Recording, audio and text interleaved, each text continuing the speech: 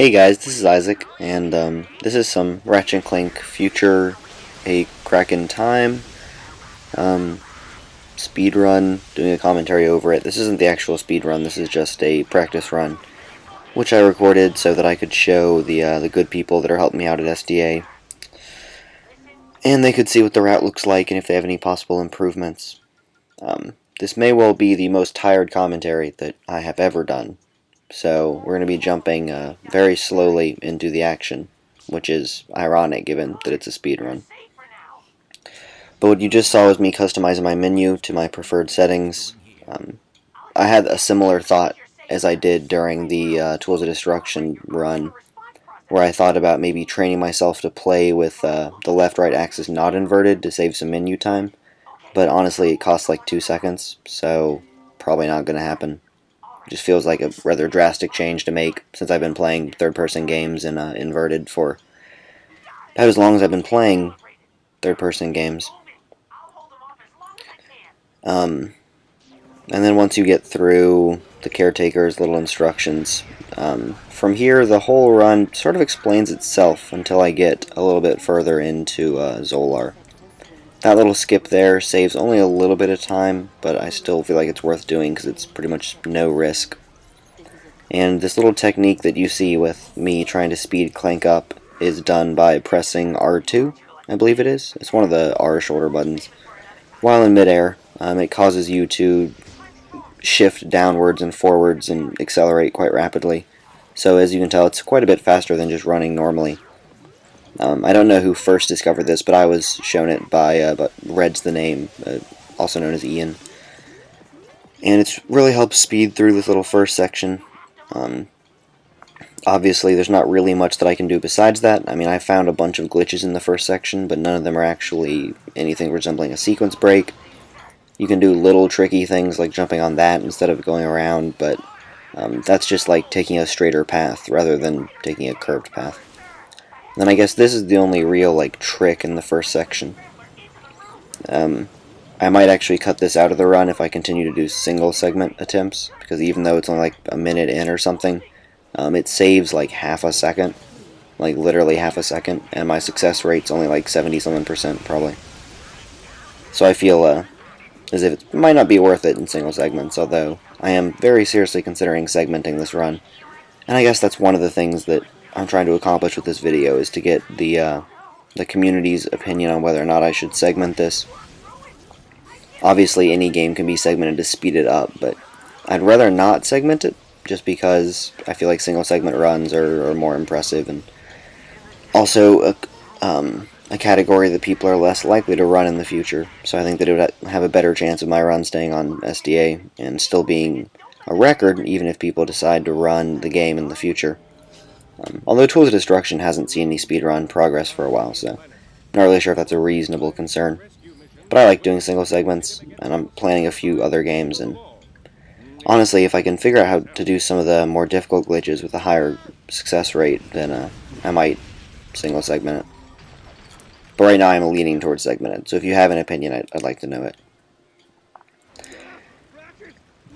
Zolar Forest also mostly plays itself. There are a few more tricky things here. I mean, obviously that was just a mistake. You want to kill as many of the enemies as possible. A, to get yourself experience, you can level up faster.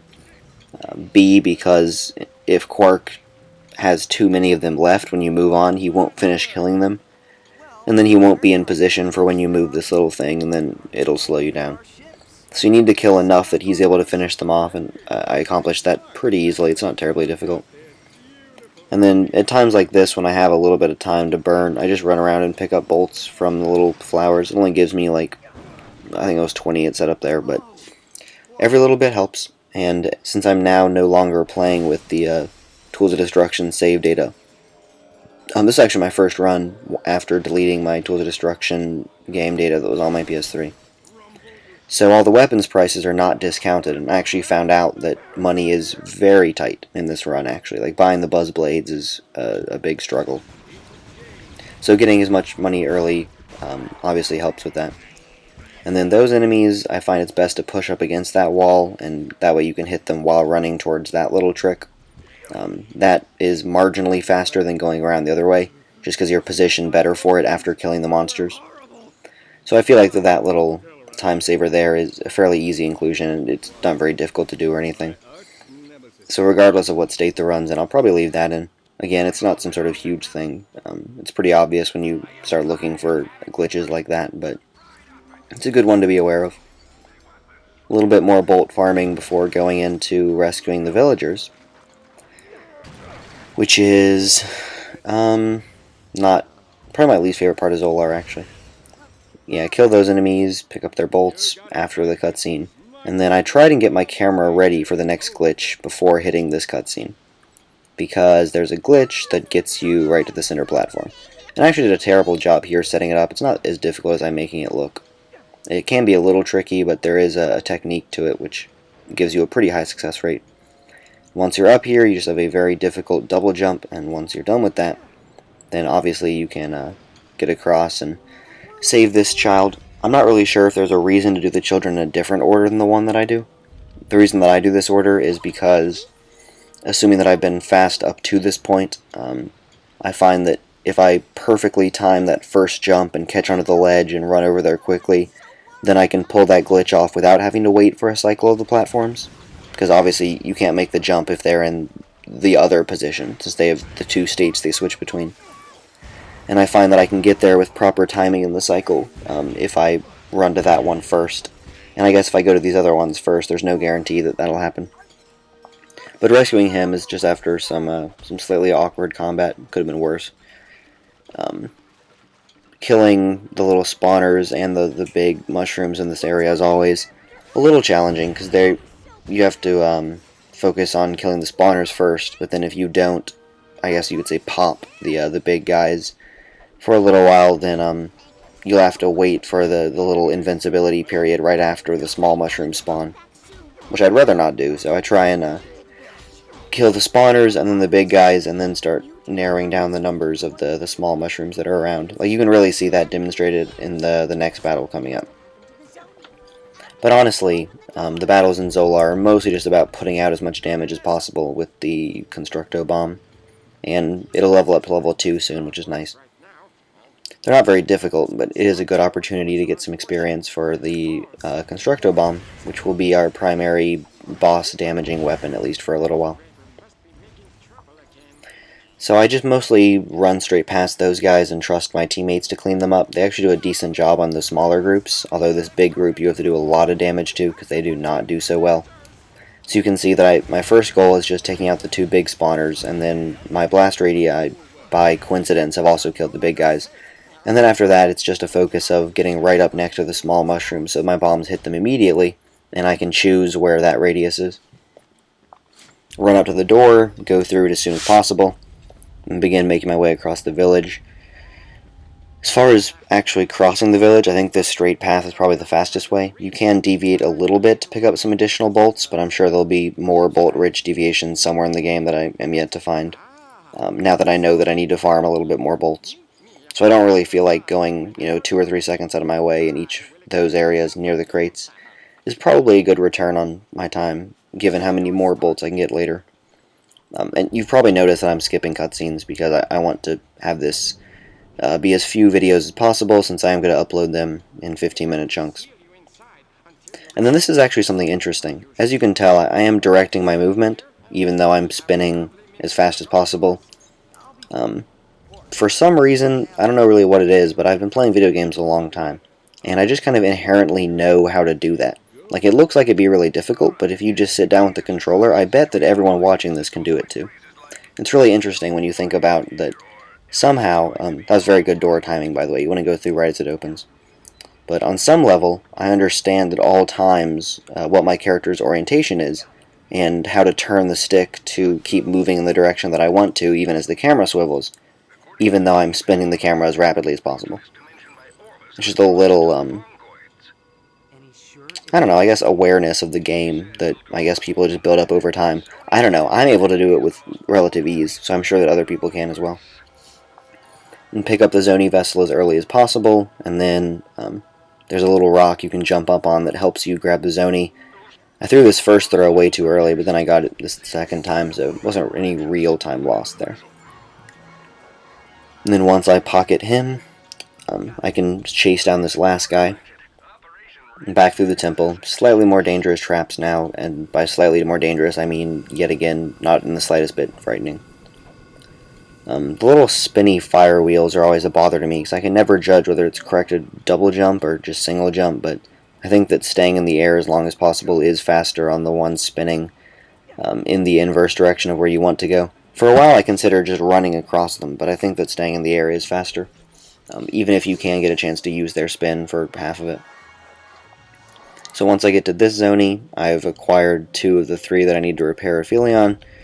I can go back out and have my first encounter with Vorsalon's mechanical battle units. I'm not really sure if they're ever given a name, which would be unfortunate. They're usually very good about naming people, but I'm not sure if they actually named the villains in this one. I know they named all the different races, but these little robotic guys probably don't have a name, not one that I can think of. So yeah, getting one wrench attack to kill both of the small guys is actually pretty difficult. It requires some actually very precise timing for reasons that I don't understand. And then bombing those guys is pretty easy. This bomb is actually thrown perfectly, but I second guess myself and go check, and it turns out that they're already both dead. So I'm a little late getting back here, and these bombs aren't exactly perfect for handling these enemies. But by the time that I get down here, I'm already, caught back up, and I can prepare myself for these 2 spawns, which are both pretty easy to handle. If you hit the wall there, he doesn't have to be that close to you, because it's difficult to get the little target to mark him, but if you just hit the wall, the shockwave will kill him. And then here, the Fongoid says, like, stay with me or something, and when he says stay with me, he really does mean it. If you just run straight through that room and then keep going on, there's 0 guarantee that he'll follow you. There are several points throughout this sequence, actually, like one's right after you kill these guys. You see that I check behind me, make sure that he's still back there, because if one of those guys get through, it's possible for him to be infinitely stuck back there, and he'll just never follow you. And obviously that's a run ruiner. So I'd rather not have that happen, and I need to check behind me. Although if I'm segmenting this, I can probably just run through it faster and just hope that he follows. Finish off all those guys. I fired some Constructo pistol shots into them earlier, which got no kills, and would probably been a bad idea anyway. I can use the experience on the bomb glove, not so much the pistol. Clean up this guy as quickly as possible, and then go to a cutscene, I believe. Yeah, a little cutscene with the ship flying away. And time to go get the 3rd zone. Thankfully, this guy is over here rather than being back in that little room similar to the one I'm in now that he would have gotten stuck in if I just ran straight through. I mean, it really is bizarre, because sometimes I run through and he follows me, and sometimes I kill the mobs and then he follows me, and sometimes I don't and he won't, and it seems as if the behaviors are much more subtle than I understand currently, so I find it's best to just lag in that room for just like a second and get him caught up to you. Because really, I haven't had any experience yet where I run through as fast as possible and he follows me. There are different places that you can slow down, but slowing down in that one room seems like it's probably ideal, because I'm right next to him and I can actually watch him. So now that Aphelion's upgraded back to Aphelion according to the little nameplate, I can go into space, have my first space battle, and board Vorsalon's cruiser, which is a boring cruiser. A little bit of wordplay. God, I'm so tired. I didn't get anywhere near enough sleep, and I had a hard run today, and I think I might be sick. On top of it all. Sorry if this is a somewhat lower key commentary, but I did want to get this recorded, because I've had this footage sitting for a long time, and I want this run to make progress, because I have been practicing. But yeah, all the space fights just come down to the drops. I mean, if they drop kabooms, then that helps you. If they drop double damages, that helps a little bit less, but still helpful. So you can see, like right there, I see a kaboom coming towards me in just a minute, I think, yeah. The purple one. So I instantly spin around so I can get more enemies in my view, take out several ships, and then this double damage, coupled with these ships that very kindly flew by right overhead and let me hit them, really quickly lets me finish it off, and now I'm on Vorsalon's ship, and I'll see you guys next time, I guess.